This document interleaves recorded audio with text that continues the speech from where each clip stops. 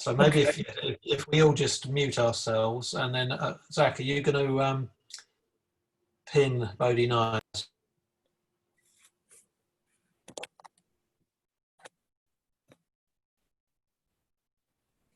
Okay, can everyone hear me? Yeah, thanks for that generous introduction, Sajjanama. I was quite curious as to where that was going to be going, so that was interesting. I'm actually, is that light off-putting? No? Okay, I'll try and position myself so it doesn't keep coming through. So yeah, in a way, my professional life does inform quite a lot of my practice. So it was sort of helpful to hear Sajjanama mention my profession, which is a drama therapist. And in a sense, symbolism and metaphor in the imagination is, if you like, central, if you like, not only to my professional life, but also a big part of my Buddhist life as well. So in some ways, it's a bit of a privilege actually to be able to do tonight's talk. But before I sort of talk specifically about the Vajra and the bell, I'm very struck by Aryavachin tonight evoking gratitude towards Bhante Sangha, the founder of our movement. And I was reflecting that his last birthday, if I'm right, would have been 2 years ago when he was 93. I happened to be at Adhisthana for an order weekend convention, and we gave him a birthday cake and we all sang happy birthday to him. And I was very struck by that, but I remember later in the convention, perhaps a little bit against tradition, Sangha came into the main sort of shrine room activity. You know, there was, I can't remember, there must have been 200-300 order members there. And I remember watching him being wheeled down in his wheelchair. And I was very, very moved, not so much by Sangharatcha's presence, but by the presence of the order and their response to him. And slowly, everybody sort of got to their feet. And for me, it was a real sense of acknowledging Sangharatcha and a sign of gratitude, really. And in a sense, watching people in their own way, in their own rhythms, stand up and recognize him. It was a bit like watching lotus flowers, if you like, rising up out of the depths. And of course, lotus flowers is a very significant symbol, within Buddhism. And it's symbols, if you like, that help us to evoke the imagination, help us to evoke our emotions. And in a sense, symbols are also very fluid as well. We invest different meaning and different mystery in them. We heard just the other week, Paraga talked about how we were responding differently to different symbols at different times. So in some ways, tonight's subject is quite close to my heart. And in a sense, although I'm talking about the Vajra and the bell, I've got my own particular, if you like, sort of slant on that. But at the sort of heart of tonight's talk really is one of Sangharatcha's quite sort of famous, if you like, quotes, and in terms of finding emotional equivalence to our intellectual understanding. This is really at the heart of Bhante's message, if you like, to us as a relatively new movement. Finding emotional equivalence to intellectual understanding. And in a sense, that kind of sits quite high up, if you like, in my talk tonight. This sense of evoking the emotions, evoking that kind of emotional equivalent that we can find through symbolism. So I also want to pay gratitude to a few people tonight as well who have informed this talk. One is Vajra, who has written a book called The Vajra and the Bell, which I would recommend. But also to a book by Sangha called Creative Symbols from Tantric Buddhism. And in that book, Sangha talks about the importance of symbolism and how it can make the Dharma more real and beautiful. And in a sense, it's that kind of evoking, if you like, of the emotions, evoking of the imagination that comes from symbolism that kind of helps us to not just theorize the Dharma, but make it alive in our lives. So in a sense, this sort of underpins quite a lot of what I will be saying tonight. So let's start then with the Vajra. The Vajra. It's got a real sort of sense of weight to it, I find. And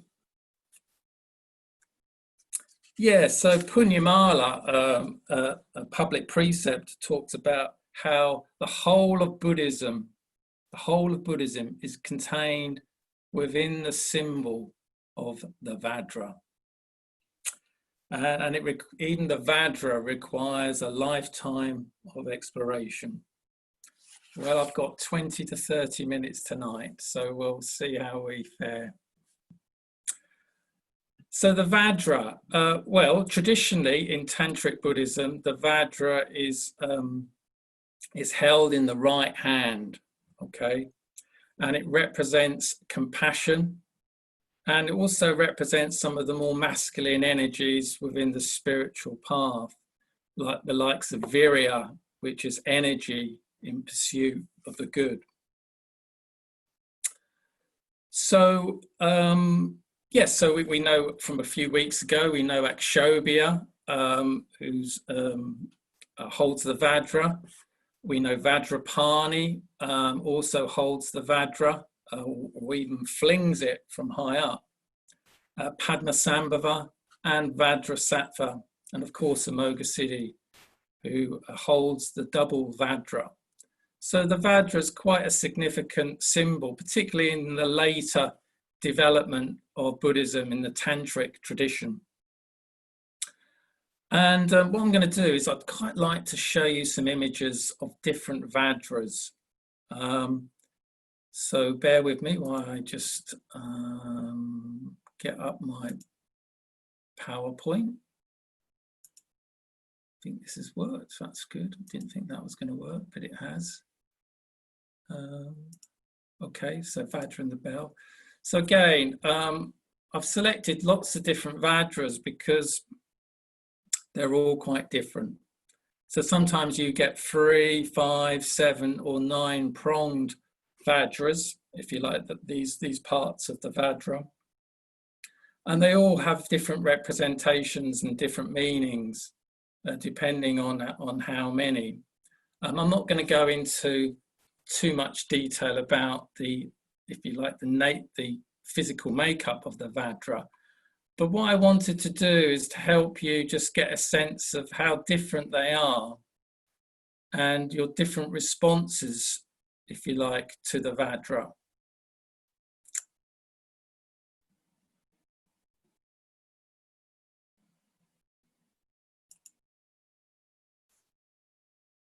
So again, they're all got their own uniqueness, made in different ways.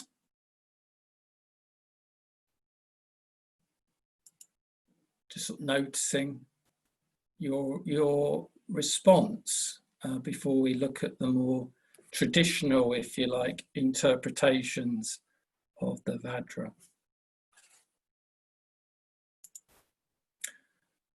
Now, I really resonate with this one. It's really interesting. I have to be honest here. I don't find the Vajra something I resonate with a lot. But when I saw this image of the Vajra, something happened. Okay? Some kind of curiosity, something, some energy started to maneuver for me. And again, I'd quite like just to link that up with Paraga's talk the other week, you know, where he talked about, you know, noticing our responses, you know. But I really feel very strongly about this image. It moves me in a way the other Vajras don't. And in a sense, that's kind of a big part of what I will be sharing tonight. So just let me keep an eye on the time. Okay, we're good for time so far. So I'll just go into a little bit about the history of the Vajra. So traditionally in Indian mythology, the Vajra was wielded by Indra, the king of the gods, an important figure in Orthodox Hinduism. And tradition has it, according to Chogyam Trungpa's commentary in the Tibetan Book of the Dead, a certain sage who meditated on Mount Meru for centuries, when he died, his bones were transformed into a Vajra. And Indra discovered this and made a weapon out of it, made a Vajra out of it with 100 points. And then tradition has it that the Buddha utilized the Vajra, if you like, developed it, took it from Indra. But the Buddha bent back all the prongs, presumably to make it safer for us by removing its violent nature. So I'm sure our health and safety team at the centre will be pleased to hear that. And so in a sense, there's a little bit of a storytelling element here, and that's deliberate for tonight because stories are full of symbolism, they're full of metaphor, they can evoke our emotions. And if we can get our emotions, if you like, behind the Dharma, it can really help to bring it to life. So I'm just going to just go over a few meanings of the Vajra. So according to Sangha, the Vajra has three main qualities. One, it can never be misused. It's always used in the pursuit of the good and cannot be used frivolously. Secondly, the Vajra destroys everything that is mundane, anything, if you like, that becomes an obstacle to becoming an enlightened being. And Vasantra, in his book, The Vajra and the Bell, adds that it never fails to hit its target. I was never very good at darts, actually, so something about that I find quite reassuring. It never fails to hit its target. And thirdly, the Vajra always returns to its owner's hand. And of course, the Vajra is not something external or objective, if you like. It's something that represents a quality of our inner nature. I think it's really important to recognize that. Something that represents a quality of our inner nature. So traditionally, the Vajra, again, it's a Sanskrit word, and it means diamond thunderbolt. Diamond thunderbolt. So if we think for a moment about, lightning and how quickly and briefly a bolt of lightning lights up the landscape around us. And for a moment, we can see really clearly, particularly if it's a dark night and there's a flash of lightning, the whole landscape is lit up. And Vasantra talks about the Vajra being a symbol for breaking through ignorance, being able to see things clearly, being able to see things as they really are, which are impermanent, insubstantial, and unsatisfactory, traditionally known as the three Lakshanas. So the Vajra, if you like, has the power of a thunderbolt. So we can see clearly, if you like, into our tendency towards greed, hatred, and delusion. So these are some of the traditional interpretations of the Vajra, if you like. You know, we might argue some of our intellectual, if you like, understanding is what we're looking at the moment. But I'm also very interested in how different people might respond to the Vajra, and if you like, find their own kind of connection with it. And in that sense, it requires a personal relationship, if you like, with the Vajra. It requires us to invest our energy. It requires us to invest our time. And if you like, find a way of discovering it for ourselves. And Vasantra has done this himself, and he recognizes that he feels that for him, the Vajra aligns with 4 Jungian archetypes. The king, the lover, the warrior, and the magician. So I'll just say something briefly about these different 4 archetypes that for Vasantra helps to sort of tease out some more meaning for him. So if we think about the king, well, the king holds a scepter. You know, traditionally the king or queen, it's a symbol of command. It's a symbol of sovereignty. And I particularly like that word sovereignty. I like that idea of having sovereignty, if you like, over my experience, moving myself more and more to, if you like, having more and more awareness, more and more understanding, if you like, of my mind. I like the idea of the scepter being, if you like, a symbol for order. So again, that's the archetype of the king, the Vajra as scepter. And then if we consider the lover archetype, we could look at the Vajra as a diamond and faithful lover. Diamonds are often used, aren't they, in rings to symbolize a lasting relationship, because diamonds by their nature, they're untarnishable. They kind of maintain their beauty. And the symbolism here is about appreciation and having positive attributes for others, positive attribute for others in the world.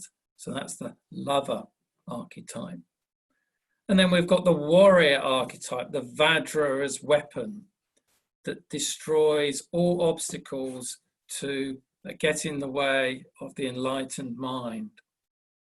A weapon that strives for good and destroys greed, hatred, and delusion. A weapon where nothing mundane can get in the way. And then we have the 4th archetype, the magician, the Vajra as philosopher's stone. Philosopher's stone are able to turn base metal into gold. And the Vajra here is a symbol of transformation, transforming everyday unskillful states and energy into the gold of an enlightened being. And I think for me, as I said earlier, it's not been a symbol I have particularly connected with, but when I came across the 4th archetype, the magician, and the Vajra as a philosopher's stone, something ignited in me. I could feel myself responding to some quality of the Vajra that I hadn't necessarily recognized before. You know, the Vajra being able to change, if you like, unskillful states and energy into the gold of an enlightened being. the Vajra is capable of transforming any part of me, the darkest recesses of my mind, my most ingrained habits, the worst of me. And this is when it really starts to come to life. Sometimes I find that the notion of enlightened mind quite distant, quite far off. It can feel quite abstract to me. And if I start thinking of the enlightened mind as being free from anxiety, which I tend to have, can have a lot of anxiety at different times, I suddenly start to relate to the idea of enlightened mind in a very different way. It feels much more tangible to me. So again, symbols, repeating myself again, Sangha talked about symbols as helping to make the Dharma more real, helping to make it more concrete, as opposed to something that has the possibility of being quite abstract. So in a sense, if I think about being free of anxiety in the enlightened mind, suddenly I can feel myself connecting much more strongly with that kind of goal.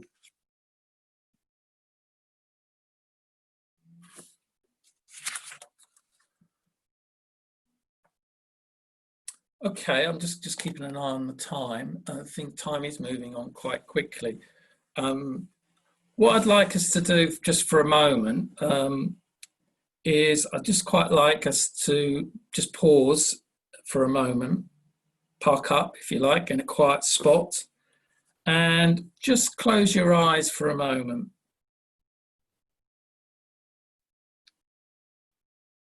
And just imagine in your right hand a Vajra.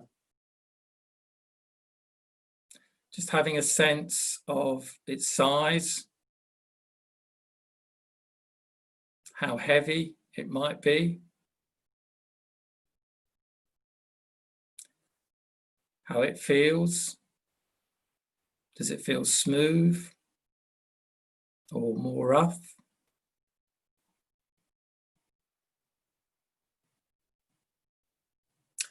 And just having a sense of how this sensory experience of the Vajra and how it has the possibility to change any part of you.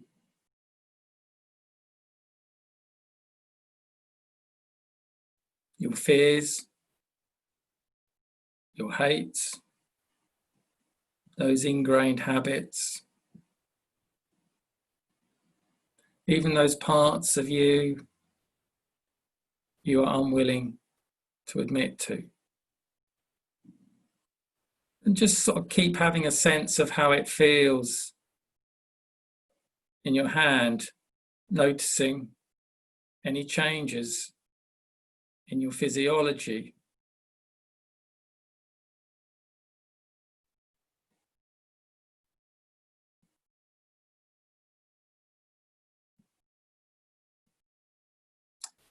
And just slowly coming out of that.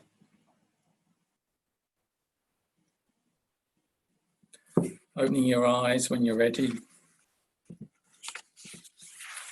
So again, I'm sort of trying to evoke the imagination, bring the symbol to life so that you can forge not only emotional connection with it, but a deeper understanding. And in a sense, Sangha talks about the Buddhist life as not necessarily looking for higher teachings, of which Sangha doesn't feel there are any as such. It's just a case of deepening our understanding of the Dharma. And we need to develop our imagination and our emotions in order to do that. So I'm just going to say a little bit more now about the bell. And again, in the Vajrayana tradition, the Tantric tradition, the bell is held in the left hand. And the left hand and the left side of the body is associated with wisdom and the feminine. And the feminine within the spiritual life is often associated with qualities of patience, tolerance, and spiritual receptivity. So I just thought I'd just go over a few possible, just set the scene with thinking about the role of bells. So bells are often used in different religious traditions, such as the summons to worship. Sometimes bells, church bells, were traditionally used to warn of dangers, such as fire or invasion, sometimes used to ward off demons.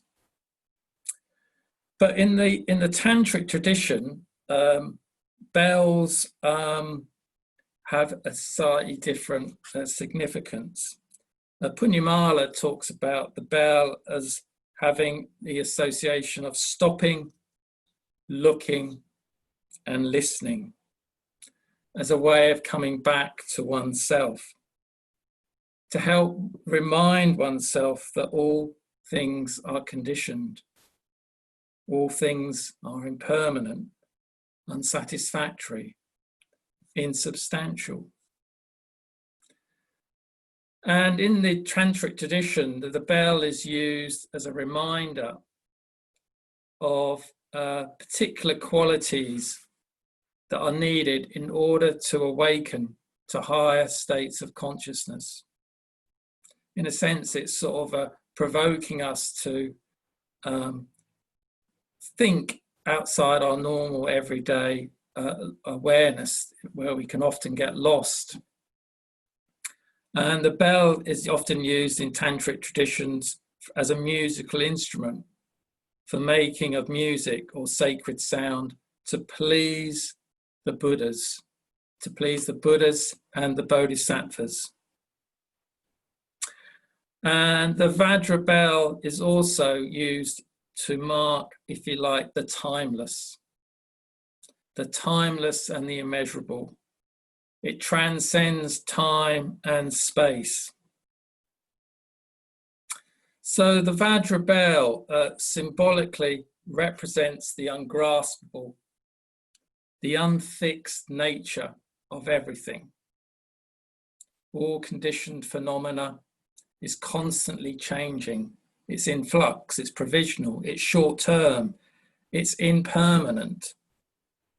So in ultimate reality, there are no fixed objects. Everything is a process, everything is moving, nothing can be grasped. And of course, it's because everything is in transit, if you like, because everything is provisional, because everything is a dynamic, it really means that we can change. Yeah, we're not stuck with our same small-minded ways of being. We can evolve, just like the caterpillar can evolve into a butterfly. So in a sense, the tantric bell, the Vajra bell as it's sometimes called, is a symbol for the kind of ungraspable nature of things, that everything is, if you like, in transit. Everything is moving. We can't step in the same part of the river twice.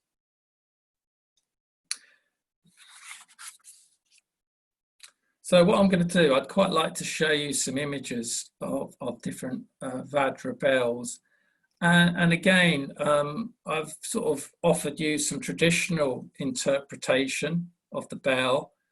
But the reason why I'm showing you images is because I would like you just to, if you like, develop your own responses, whatever they are. Again, you know, you might have some aversion to some of them. And again, just notice whatever response that you have.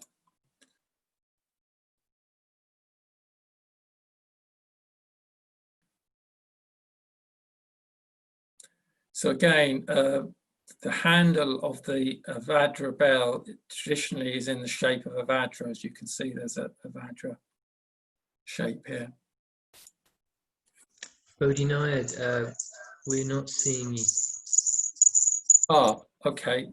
Just bear with me. Thank you for that, Gareth.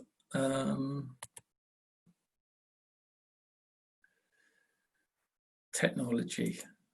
Just give me a moment and see what I can do. I'm a bit lost here now. Just give me a second.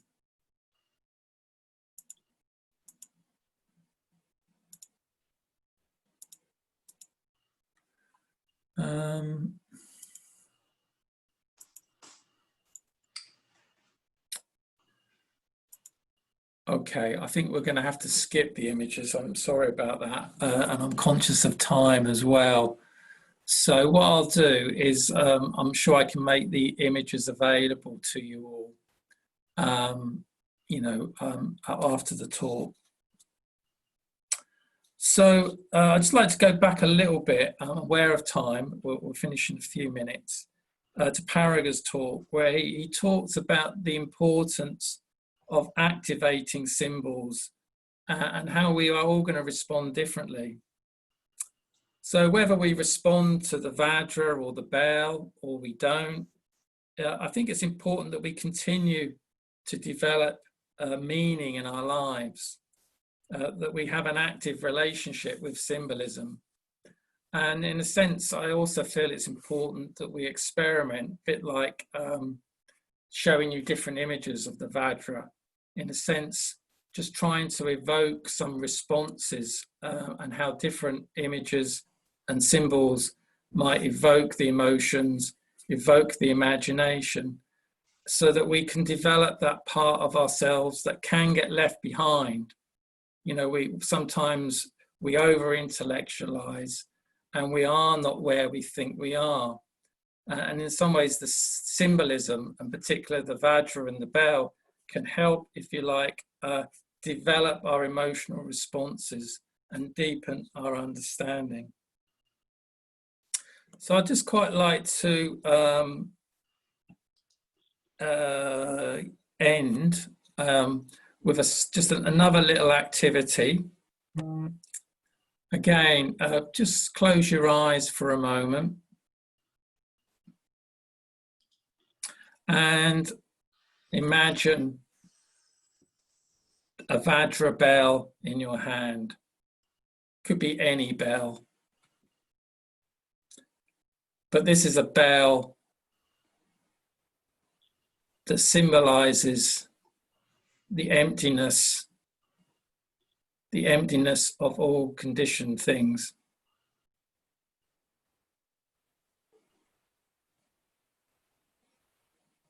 And just have a sense of how the bell feels in your hand. How heavy it might be, how big it is. And for a moment, just imagine what kind of sound that bell would make for you to, if you like, to wake up, to see more clearly,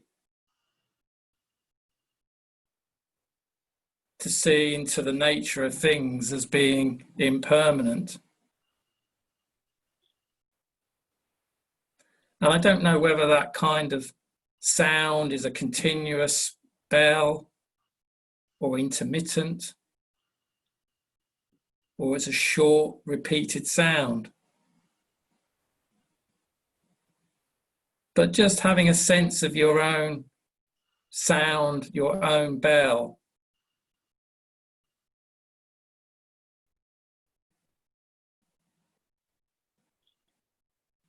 A bell, if you like, that's helping you to become more aware,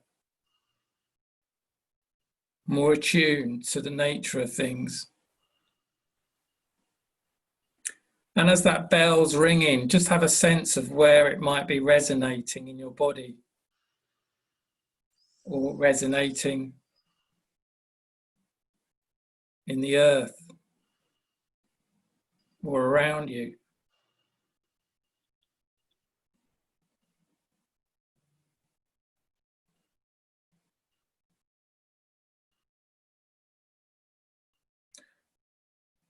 And again, slowly coming out of your experience, opening your eyes. So again, we're kind of playing with our imagination, playing with activating our responses to the Vajra and the bell, whatever they might be. Trying to make it more real, so that we don't just have an abstract relationship with the Dharma, but an alive one that we can awake to by bringing more and more of ourselves, more and more of our being to the Dharma, to the nature of things, to being more in tune with compassion and wisdom, and how that in itself is a sort of product, if you like, of the enlightened mind. Okay, so I'll close there, folks. I've gone a little bit over time. Apologies for that. Okay, thank you very much for that, Bodhinaya. Very good introduction to the symbolism of the Vajra and the bell. So I think Zach's doing the breakout groups. So whenever you're ready, Zach, we'll go